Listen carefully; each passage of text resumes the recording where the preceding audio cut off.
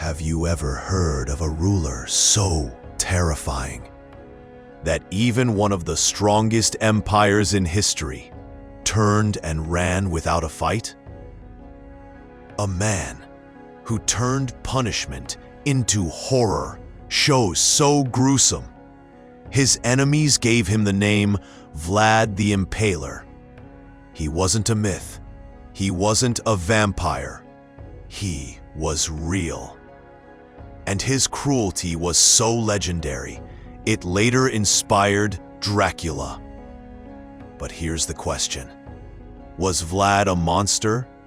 Or was he a hero who used fear as his greatest weapon? Let's uncover the truth.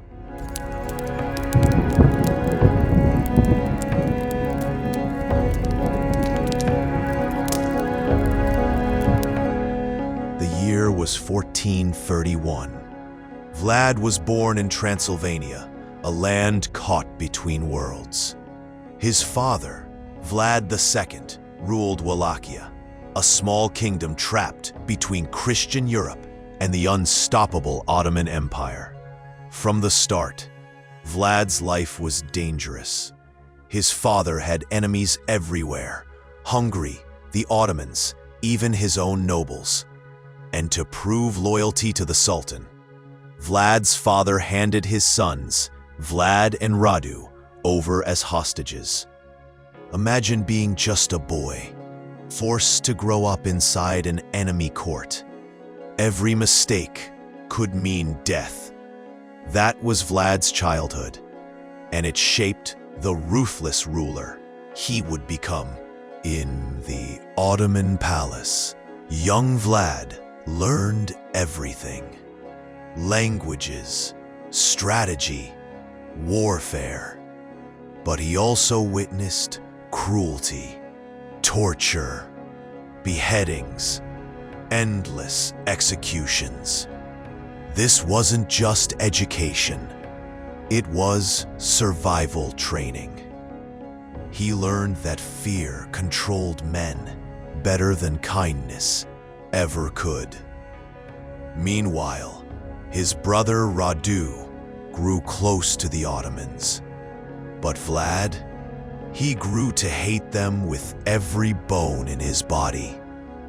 And that hatred would one day explode when Vlad's father was betrayed and murdered by his own nobles. Wallachia fell into chaos. Vlad escaped Ottoman custody and returned home. But to rule Wallachia, you couldn't just sit on the throne. You had to seize it. You had to defend it from rivals. And above all, you had to terrify your enemies into obedience. Vlad wasted no time. He took power, and with him came an era of fear, unlike anything Europe had ever seen. Vlad's punishment of choice was so infamous, it gave him his eternal name: impalement, a wooden stake. Victims lifted and pierced, left to hang in agony for hours, even days. It wasn't quick. It wasn't merciful. It was designed for one thing: terror. But Vlad didn't use this just for criminals. He used it on political enemies, rebellious nobles, Ottoman prisoners of war, whole villages that defied him. One story claims he impaled 20,000 captives in a single day. When Ottoman scouts saw this forest of the impaled, they turned back in horror. Imagine that. An entire army fleeing before battle even began. But here's the paradox. To his own people, Vlad wasn't always seen as a monster. Some even praised him. Why? Because under his iron rule, crime nearly vanished. Vlad created law through fear. There's a famous tale. He placed a golden cup in a busy marketplace. No guards, no warnings.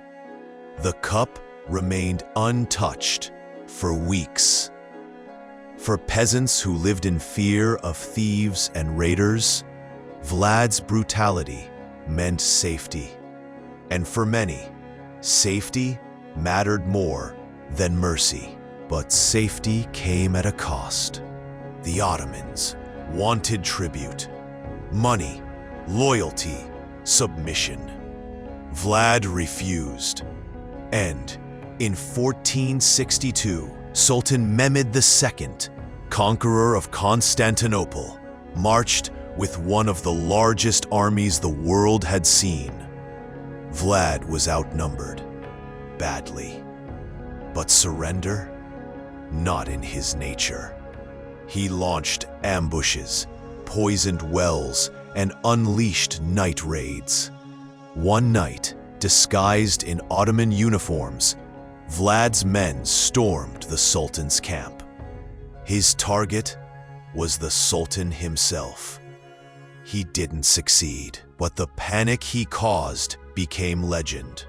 Still, the Ottomans pushed forward, and when they entered Vlad's capital, they stopped, dead. Before them stood thousands upon thousands of corpses on stakes.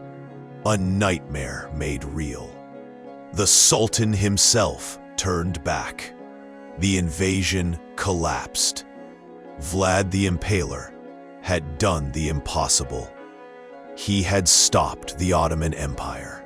But victory came at a price. Enemies inside his kingdom began to plot. The nobles he once terrified now saw their chance for revenge. And his brother, Radu, had sided with the Ottomans. Vlad's story was far from over. But what happened next was even darker. Because the fall of Vlad the Impaler would be as bloody as his rise. And that's where part 2 begins. If you enjoyed part 1 of Vlad the Impaler, don't miss part 2, where his betrayal, downfall, and transformation into Dracula are revealed. This is Dusk End Times, where history is darker than legend.